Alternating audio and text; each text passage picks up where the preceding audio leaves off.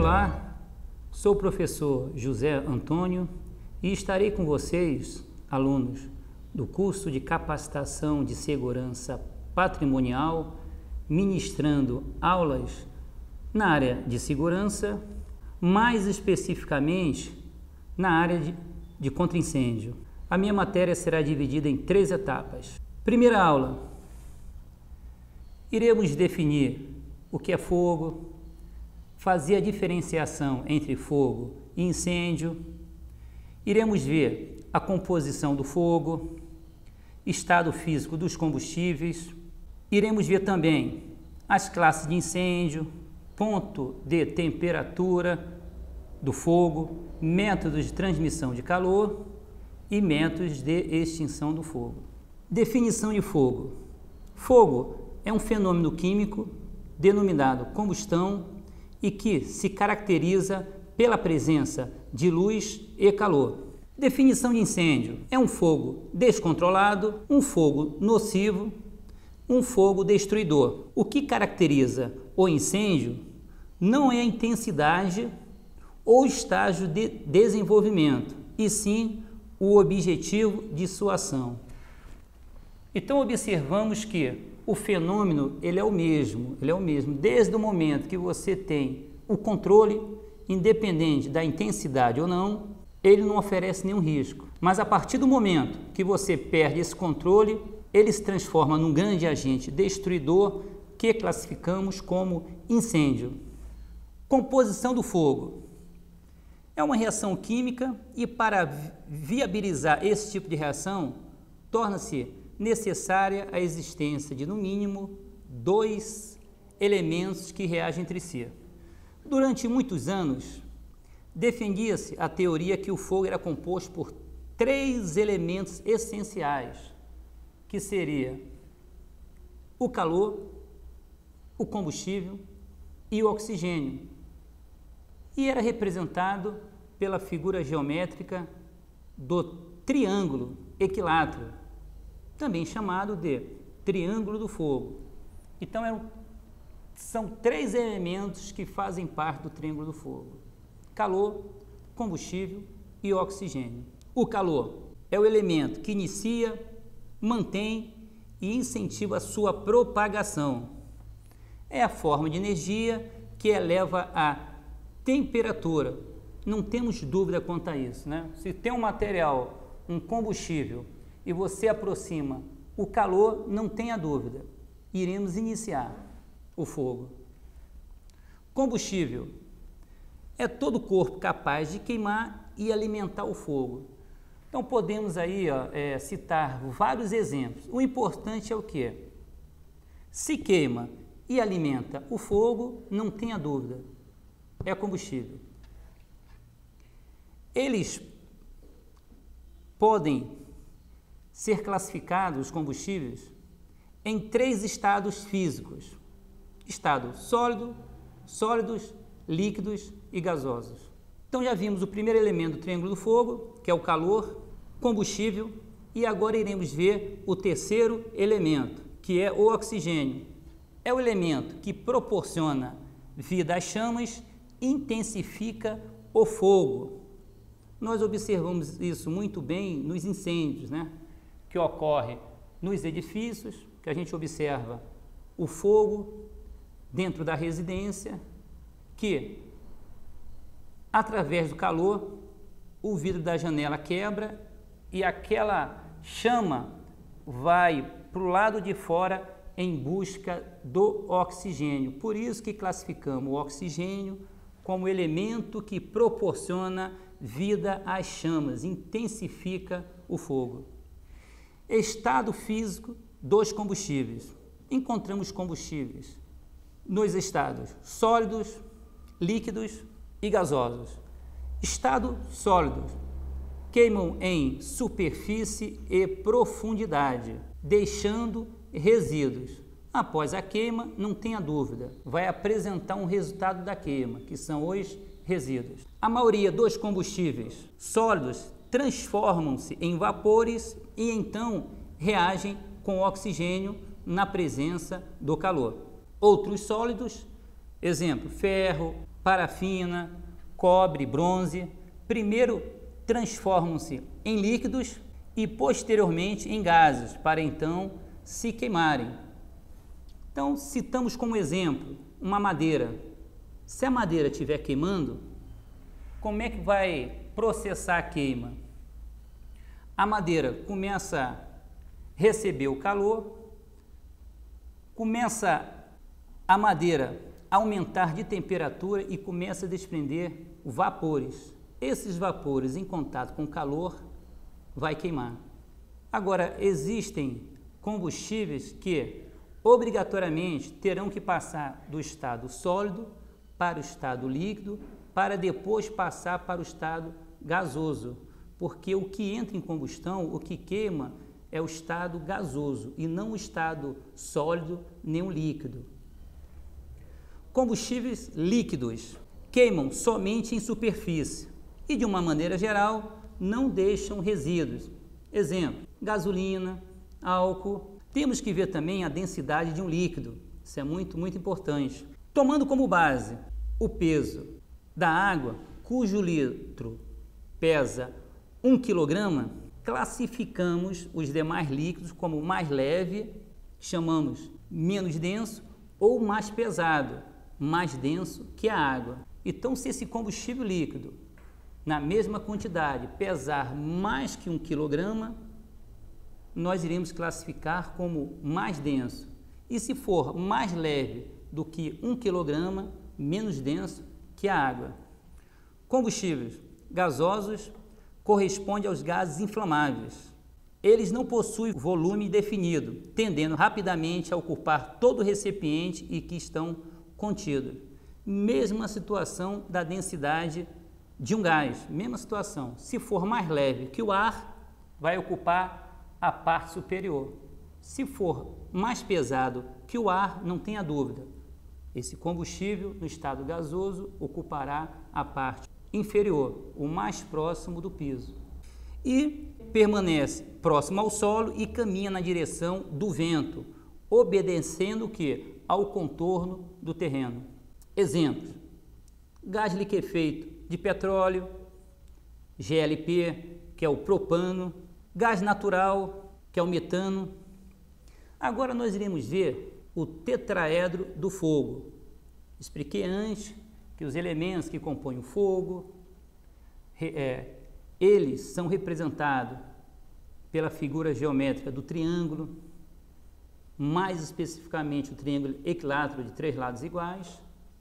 E estudos mais recentes apontam que somente esses 3 elementos não dariam uma boa explicação para entender como se processa a queima. Então, hoje, chegamos à seguinte conclusão,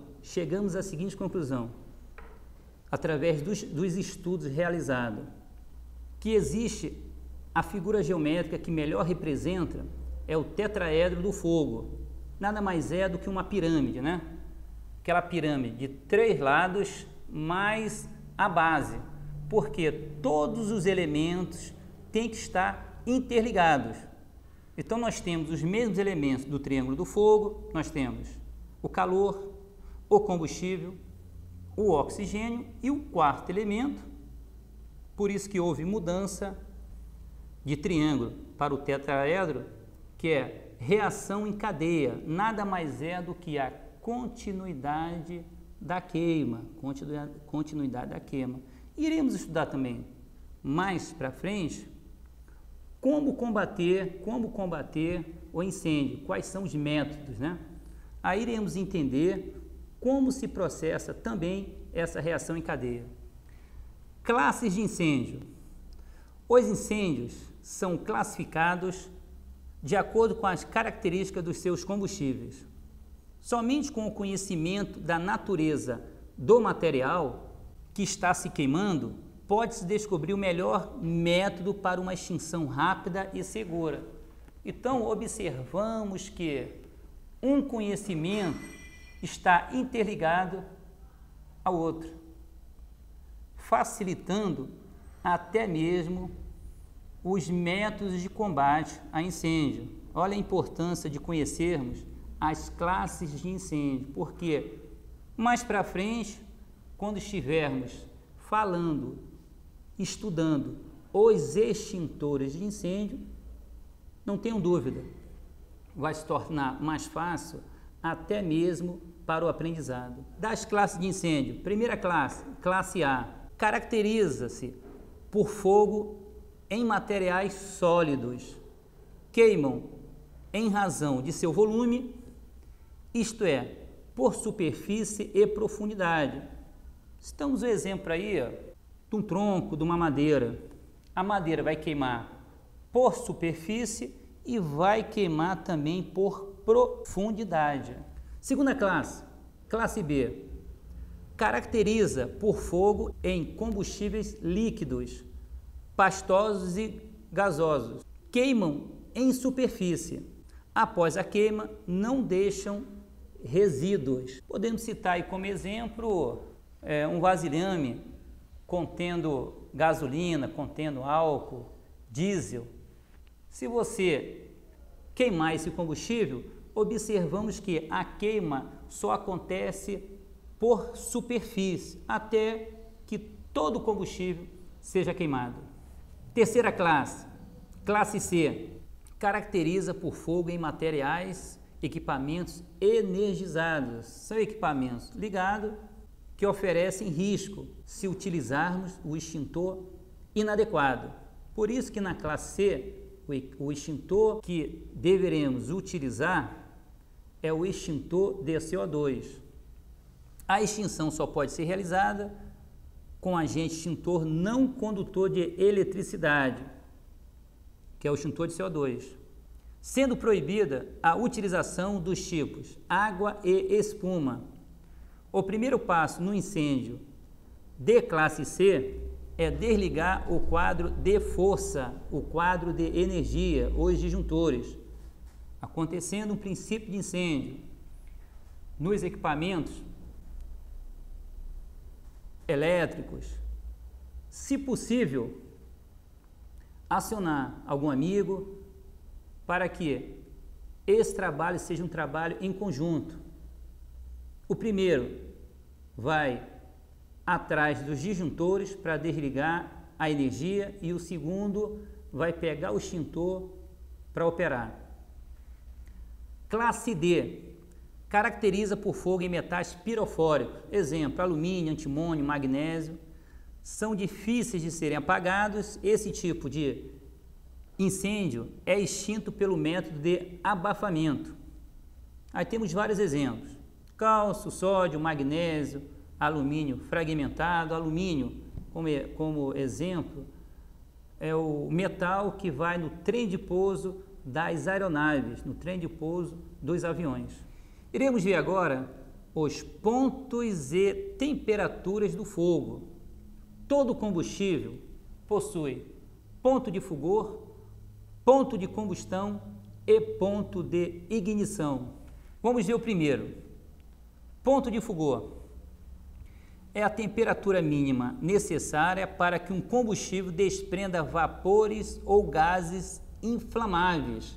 Então, esse combustível, em contato com o calor, começa a desprender vapores ou gases inflamáveis, que em contato com uma fonte externa, esse combustível queima. À medida que você tira a fonte externa, o fogo não mantém. O ponto de combustão tem uma pequena diferença na definição.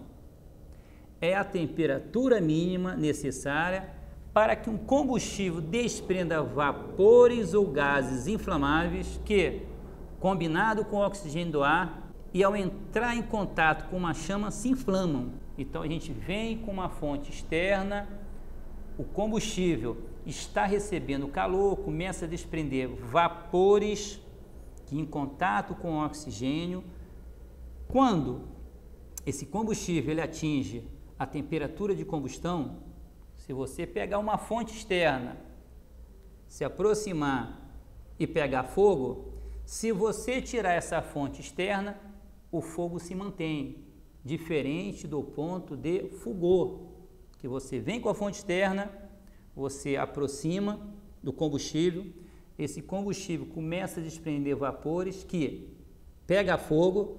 Quando você tira a fonte externa, o fogo não se mantém, porque ainda não atingiu o ponto de combustão. E por último, o ponto de ignição.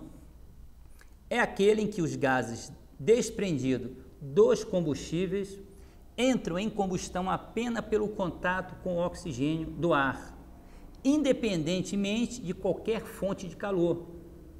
Então, necessariamente não precisa de uma fonte externa para queimar. Esses combustíveis começam a desprender vapores, a temperatura começa a subir. Quando ele atinge a temperatura de ignição, esse combustível pega fogo sozinho. Aí é o cuidado que nós temos que ter quando estamos realizando o quê? A prevenção. Temos que saber quais são os combustíveis que ficam guardados no nosso setor de trabalho. Porque, conhecendo as características e os riscos que cada combustível oferece, não tenha dúvida, iremos proceder da melhor forma possível, colocando sempre em prática o quê? A prevenção. E agora vamos ver também métodos de transmissão de calor. Condução é a transmissão de calor que ocorre de molécula para molécula através do aumento do seu movimento vibratório. Esse método de transmissão, os corpos obrigatoriamente terão que estar juntos. Então, se eu pegar uma barra de ferro ou uma barra de alumínio e de um lado colocar cera, uma bola de cera, e da outra extremidade pegar um isqueiro e acender, o calor que inicia nesta extremidade vai passar para a barra e essa barra vai passar de matéria para matéria até atingir a outra extremidade. E não tenha dúvida, aquela cera vai absorver o calor até que teremos o que com essa cera? Essa cera vai derreter. E também não tenha dúvida, meus dedos irão queimar. Mas esse método de transmissão de calor, eles obrigatoriamente terão que estar juntos. Segundo método, convecção. É o processo de transferência de calor que se faz através da circulação do meio transmissor, líquido ou gás. Citamos também como exemplo os incêndios que ocorrem nos edifícios. Incêndio inicia no térreo, com o passar do tempo nós não entendemos como é que acontece. No térreo e depois esse incêndio ele é transferido para o segundo, terceiro ou para os andares superiores. É em função desse método de transmissão de calor, que é o convecção, aquela massa de ar quente, tá? Que sobe, entra em contato com os combustíveis, com os materiais, tecido, madeira, armário, e quando começa a atingir uma determinada temperatura, vai pegar fogo sozinho. E o terceiro método, irradiação, é a transmissão de calor por onda de energia calorífica que se desloca através do espaço. As ondas de calor propagam-se em todas as direções e a intensidade com que os corpos são atingidos aumenta ou diminui à medida que estão próximos ou mais afastados da fonte do calor. Volto ao exemplo anterior. Se nós tivermos dois edifícios, um pegando fogo e o outro próximo, o calor daqui passará para o edifício ao lado. E essa transmissão de calor poderá ser de que forma? Pelo método de irradiação. Vamos ver agora os métodos de extinção do fogo. Já estudamos a composição do fogo, os estados físicos dos combustíveis. Estudamos também as classes de incêndio. E por último agora, os métodos de transmissão de calor. Então, já conhecemos os combustíveis, os métodos de transmissão de calor. Agora, temos uma boa noção para combater caso ocorra um princípio de incêndio. Então, agora estudaremos os métodos de extinção do fogo. Primeiro, e o mais simples, retirada do material. Trata de retirar do local o material combustível que está pegando fogo e também outros materiais que estejam próximos às chamas. Bem simples, não custa nada, né? É questão de ter um raciocínio lógico, rapidez e fazer a coisa certa. O que não está queimando a gente separa e isola do material, do combustível que está queimando. Abafamento. Este método consiste na diminuição ou impedimento do contato de oxigênio com o combustível.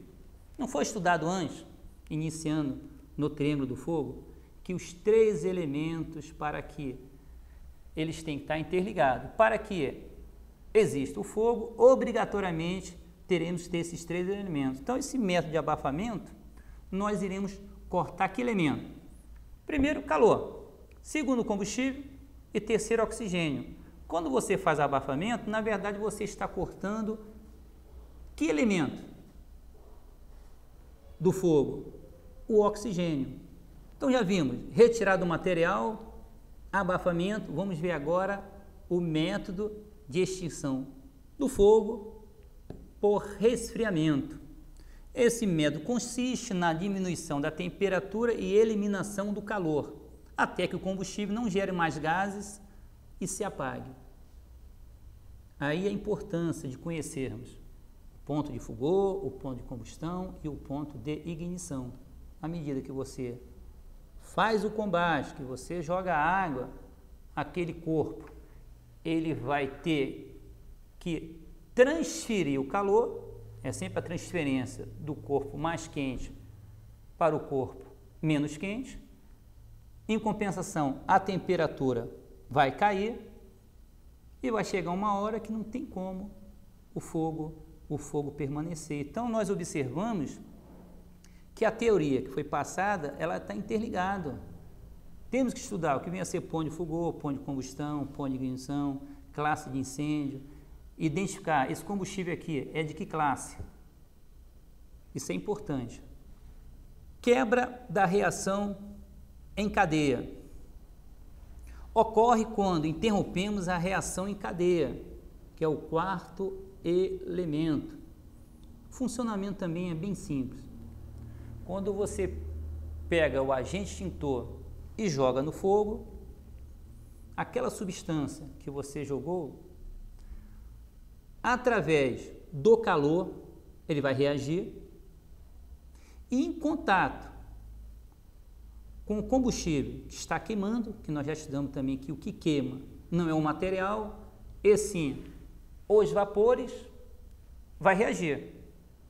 Então o pó, contato com o calor, vai reagir e o combustível que está prestes a queimar, os vapores, esse pó, ele vai reagir também com esses gases que estão prestes a se queimarem, e vai transformar aquela mistura que está prestes a queimar a uma mistura não inflamável, realizando o método de extinção do fogo através de que forma? Da quebra da reação em cadeia. Então, meus alunos, finalizamos a primeira etapa, definimos o que é fogo, diferenciamos o fogo de incêndio, estudamos classe de incêndio, método de transmissão de calor e outros assuntos importantes. Quero dizer a vocês que irei disponibilizar mais materiais de estudo, irei lançar como ferramenta de estudo para vocês alguns trabalhos, questionários, porque quando estamos estudando segurança, o conhecimento nunca é demais. E nós sabemos que a área de segurança ela é muito ampla. O que eu passei para vocês são noções, Espero que vocês se dediquem, porque no final das aulas estará disponível para vocês e para a coordenação uma prova na minha matéria, e vocês têm as aulas que foram gravadas, um vídeo que eu colocarei à disposição de vocês na aula de extintores de incêndio e também a apostila. Eu espero que vocês estejam todos motivados. Estou à disposição, a coordenação do curso também está à disposição. Vamos perguntar, vamos estudar, não vamos deixar para estudar em cima da hora, na véspera da prova, e qualquer pergunta, eu espero que não fiquem tímidos. Podem perguntar, que eu terei o grande prazer de passar para vocês, de tirar para vocês as dúvidas. Muito obrigado.